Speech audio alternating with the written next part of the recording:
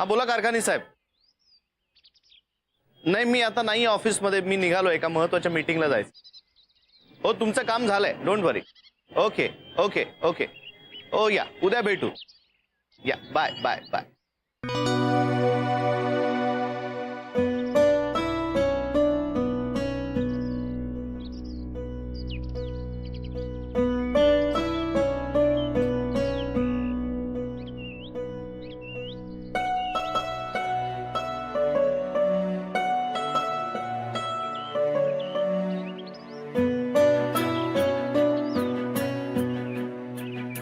Excuse me?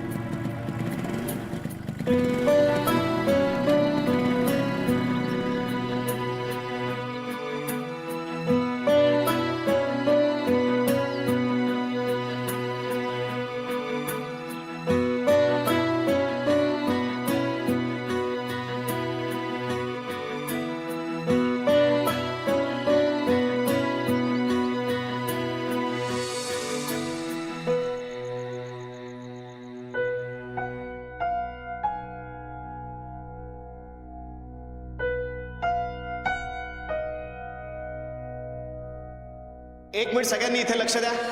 मला काहीतरी सांगायचं आहे. मला ते तुमच्या समोर सगळ्यांसमोर सांगायचं आहे, कारण मी हळू आवाजात बोललो तर माझा कॉन्फिडन्स जाईल. ईशा, मी कवी असतो ना तर मी खूप कविता केल्या असत्या आत्ता, पण मी वकील आहे ना, मग मी काय करणार.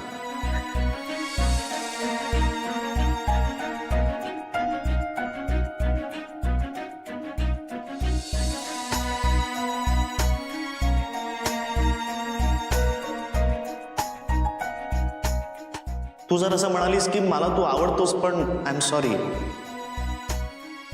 तर मी संपलो असतो ईशा. मी संपलो असतो खरंच.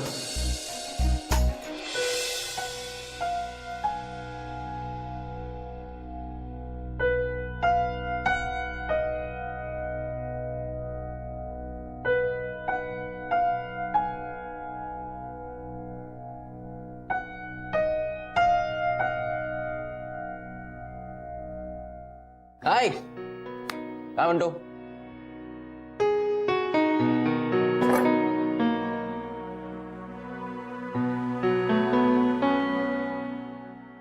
Thank you. Thank you.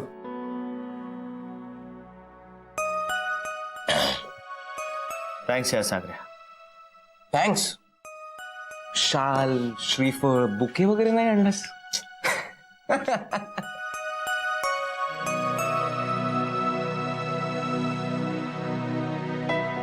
I love you Isha. I love you. मी खरंच I love you.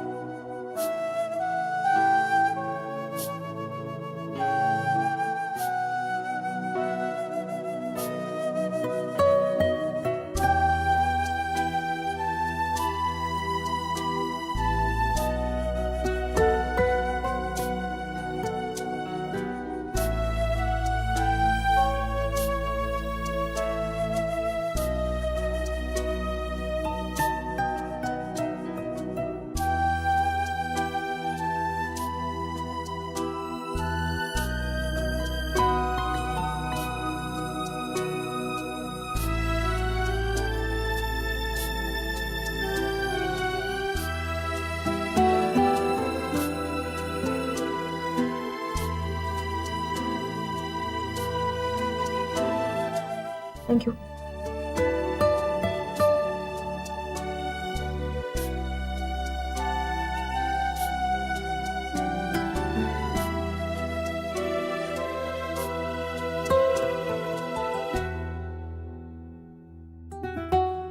Hello sir. Hello sir. Hello. तुम्ही काय घेणार? विरू नाही आहे का? विरू कुठे आहे? सर तो गावी गेलाय. त्याची बायको आजारी आहे म्हणून त्याने रजा काढली. कधी येणार आहे परत? सर माहिती नाही. मला एक watermelon juice without sugar without ice. Okay. Sorry, तू काय घेणार आहेस? मी एक सेकंड. मला एक चिकन मंचाओ सूप, एक चिकन तंदुरी, एक पटेटो चिली ड्राय, एक चिकन टिक्का, एक बटर चिकन, एक 4 नान आणा आणि मसाला पापड आणि पायनॅपल रायता आणि sizzling brownie with ice cream. Okay sir. एक सेकंड. एक काम करा, आधी इडली घेऊन या. एक सेकंड. मागचं सगळं कॅन्सल करा, फक्त फ्रेश लाईम सोडा घेऊन या, स्वीट. Okay sir. एक सेकंड. सॉल्टी. Okay sir. नाही, मूड बरोबर जात नाही ना स्वीट. हे बघ, खूप सिरियस होतंय सगळं. मला सांग एक्झॅक्टली काय झालंय.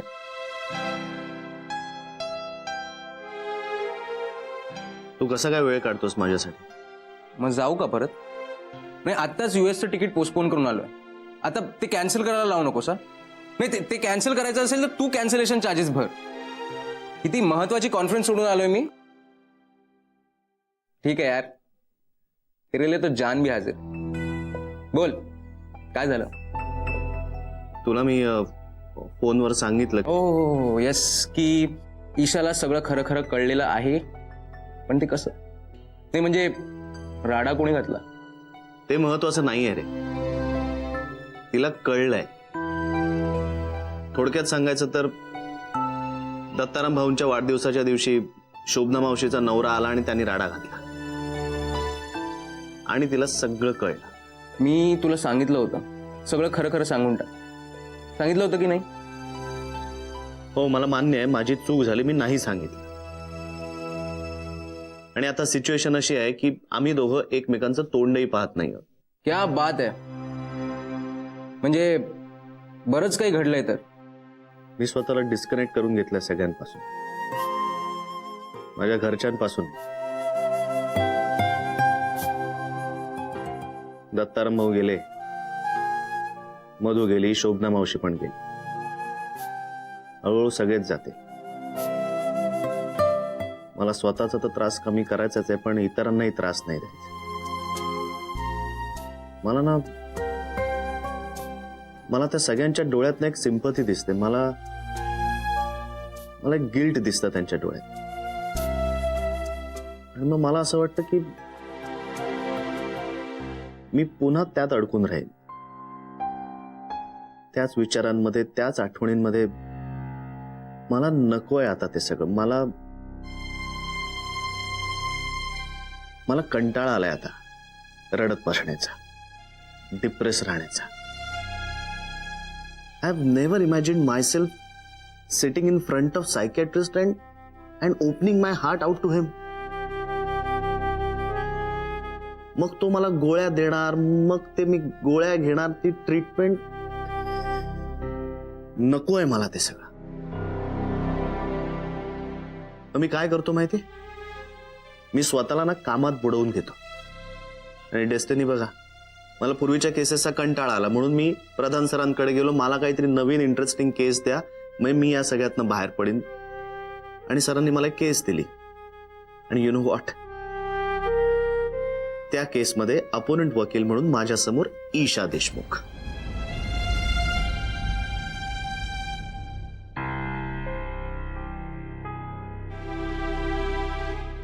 मला नकोय रे हे सगळं. मला माझ्या आयुष्यात ईशा नकोय. सागरे, हे मन असं नष्ट करता येतं का रे? Is there any way not to feel bloody anything?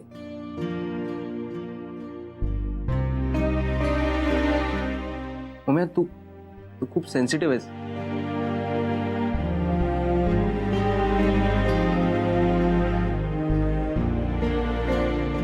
Isha, इतकं सेन्सिटिव्ह असू नये ग. हे बघ, ही चांगली संधी मिळाली आहे तुला ओमच्या अगेन्स्ट केस लढायची. Go for it. कच्चा खाऊन टाक त्याला. आतापर्यंत केला नसशील ना इतका चांगला अभ्यास कर. हे बघ, हायकोर्टात, सुप्रीम कोर्टात या केसला लागू पडतील असे सगळे सायटेशन शोधून काढू आपण. मी तुला मदत करेन. जस्ट डू दिस. आशू, हे बोलणं सोपं आहे, पण अजूनही तो नुसता समोर जरी आला ना तरी धडकी भरते मला. धडकी म्हणजे अजूनही तू त्याचाच विचार करते. अगं, तसा विचार नाही करत आहे मी त्याचा. तुला प्रॉब्लेमच कळत नाहीये नीट. मी हे सगळं विसरायचा आटोकाट प्रयत्न करतेय ना, मग तो काय येतोय सारखा सारखा माझ्या समोर. मला खूप ऑड वाटतं अशा वेळी. ऑड तुला? ए हे बघ, त्याने तुझी फसवणूक केली आहे, तू नाही. He should feel odd. नाही. आणि आता ना तू एक मला चांगली बातमी दिली. तुला ही केस चालवलीच पाहिजे. नाही, आता माघार नाही. हा, मला खरं तर खूप राग येतो त्याचा. ऍट द सेम टाइम मला भयंकर व्हल्नरेबल वाटतं ग. म्हणजे असं वाटतं की कधीही मी बस्ट होईन त्याच्यासमोर. आताही पार्किंग मध्ये तो इथे नाही, मग अशी ऑफिसच्या पार्किंग मध्ये. मग असं कापरं भरल्यासारखं झालं मला. हे बघ, हे काही आहे. त्याच्यात काही पॉइंटच नाही. असं तू एकदा स्वतःला माझ्या जागी इमॅजिन करून बघ ना. तुझं आणि विजयचं उत्तम चाललंय ना, म्हणून तुला माझ्या वाटण्यातली इंटेन्सिटी नाही कळत आहे. हे बघ, तू ना दोन्ही बाजूनी बोलतेस. म्हणजे एकीकडे म्हणतेस की तुला त्याच्यामुळे काही फरकच पडत नाही, आणि दुसरीकडे हेच म्हणतेस की तो समोर आला की कापड भरल्यासारखं वाटतंय. नाही, तुला एक काहीतरी ठरवायला लागेल. मला एक सांग, तो तुला आयुष्यात हवा आहे की नकोय? नकोय ना? हा, हे तुझं उत्तर आहे. आता मला सांग की तुला केस लढवायची आहे की नाही? हो, पण मला ती अशी नको होती यार. नाही, हे उत्तर चुकीचं आहे. तू ही केस लढवणार आहे. अरे काय प्रॉब्लेम आहे? हे बघ, तो पुण्यात सिव्हिल कोर्टात प्रॅक्टिस करतो म्हणून काय तू तुझी प्रॅक्टिस सोडून देणार आहेस? हा, घरी बसणार आहेस तू? नाही ना ईशा.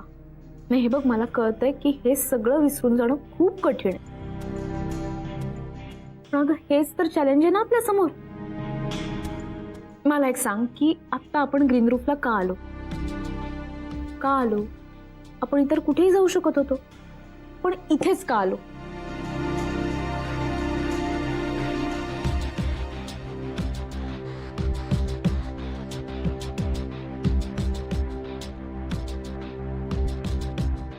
आपण इथेच ग्रीन रूफ मध्ये चालू, कारण मला माझा पास्ट विसरायचा आहे आणि तो समोर येईल या भीतीने मला माझ्यावर कोणताही परिणाम होऊ नाही द्यायचा. म्हणून मी तुला इकडे बोलवलं. आपण कुठेही भेटू शकलो असतो, पण मला ना डिसेन्सिटाईज व्हायचं. मग ते असं होतं ना, ते थांबवायचंय मला. मला ना आमच्यातल्या सगळ्या आठवणी बुजवून टाकायच्या. इथेच आमचं जमलं, याच ठिकाणी. या जागेला माझ्या मनात खास असं स्थान आहे. तेच मला पुसायचंय. काही खास नाही आहे या जागेत. भूक लागल्यावर उत्तम खायला मिळतं, एवढंच काय ते मला या जागेचं अस्तित्व ठेवायचं. मी तुझ्या लक्षात येत आहे? नाही, सगळंच तू बोलतोयस. म्हणजे प्रॉब्लेम पण तूच सांगतोयस, सोल्युशनही तूच सांगतोयस. हे बघ उम्या, चूक झाली आपल्याकडून. तुला आधीच सगळं ईशाला खरं खरं सांगून टाकायला हवं होतं, पण योग्य वेळ कुठली हे डिसाईड करण्यातच सगळा वेळ गेलाय. आणि आता तिला तू सांगण्याआधीच सगळं खरं खरं कळलंय. बरं कळलंय, पण पुढे काय? तर तुला एक्सप्लेन करायचा एकतरी चान्स द्यायला पाहिजे होता ना तिने. पण नाही, तिचं सुद्धा बरोबर आहे. धक्काच एवढा मोठा लागलाय तिला की ही एक्सप्लेनेशन ऐकूनच घेणार नाही. पण यार, तुम्ही दोघे इतके प्रेमात होतात, मग एक्सप्लेनेशन तो बनताय ना यार. पण नाही, म्हणूनच तर ती एवढी हर्ट झाली असेल. सगळी गोची होऊन बसली. हे सगळंच हास्यास्पद झालं. हे बघ, सायन्समध्ये ना कॉज अँड इफेक्ट थिअरी आहे. या इफेक्टचेच परिणाम भोगतोयस तू. हे स्वीकारूनच तू ती केस लढ. दुसरं काय करणार? हे बघ, प्रत्येक माणसाला काहीतरी येतं. म्हणजे एखादा माणूस काही करत नसेलच तरीही ते काही न करणं त्याला यावं लागतं ना. No reaction is a reaction. Omya, तू एक वकील आहेस, उत्तम वकिली करतोस. So be it. दुसरं काय करणार? Yes, you right.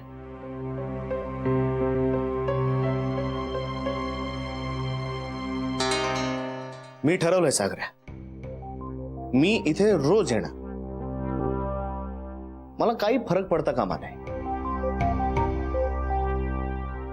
मी जगू शकतो तिच्याशिवाय. मला नाही राहायचंय तिच्यावर अवलंबून. Right. You have to learn to come to terms with it. आता हे असंच आहे, त्यामुळे तू ती केस नीट स्टडी कर.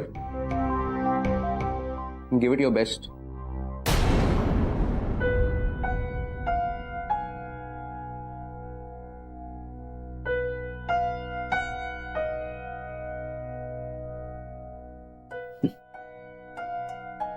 पण वाईट आहे ना रे हे सगळं.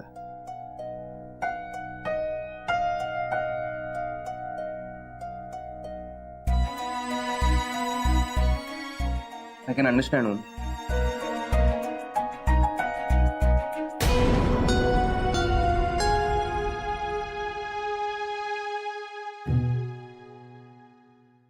आता हे असंच आहे, त्यामुळे तू ती केस नीट स्टडी कर.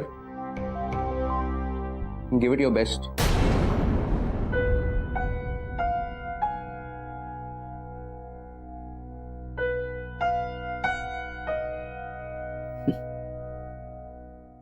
पण वाईट आहे ना रे हे सगळं. I can understand. नाही, वल्नरेबल वगैरे वाटणं ठीक आहे, पण मुळातला राग गेलाय का? नाही.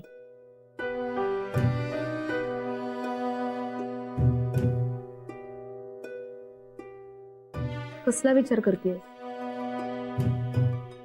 या केसमध्ये मला जर त्या स्त्रीची बाजू मांडायची असती ना तर खूप सोपं गेलं असतं. पण आपला क्लायंट तो पुरुष आहे. मग आपलं कंटेन्शन असं आहे की आपल्या क्लायंटवरती त्याच्या बायकोने फसवणुकीचे आरोप केले. त्याने फसवणूक केलीच नाहीये. हा, मग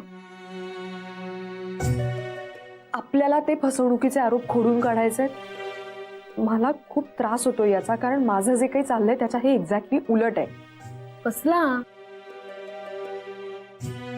मला राग येतोय त्याचा, कारण मी जेव्हा त्याची बाजू ऐकून घेत होते तेव्हा माझ्या लक्षात आलं की ओमची बाजू मी ऐकूनच नाही घेतलीये. मी मग बरंच झालं. काय गरज होती?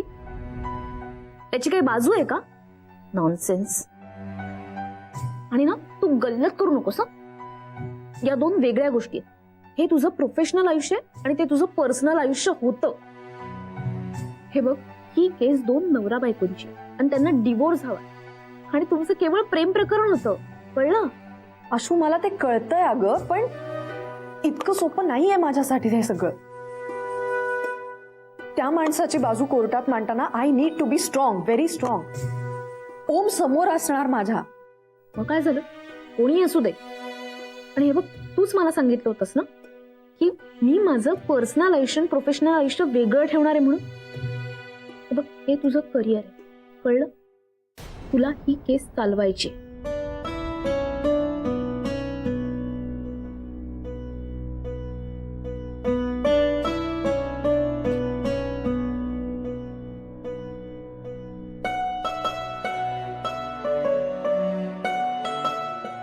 एकदा त्याची बाजू ऐकून घ्यायला हवी होती का ग?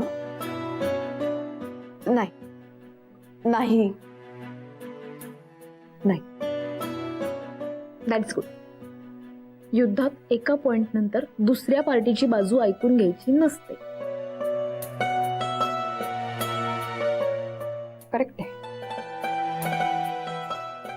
करेक्ट आहे, मी त्याला दाखवूनच देईन की मी त्याच्यासमोर खंबीरपणे उभी राहू शकते कुठेही.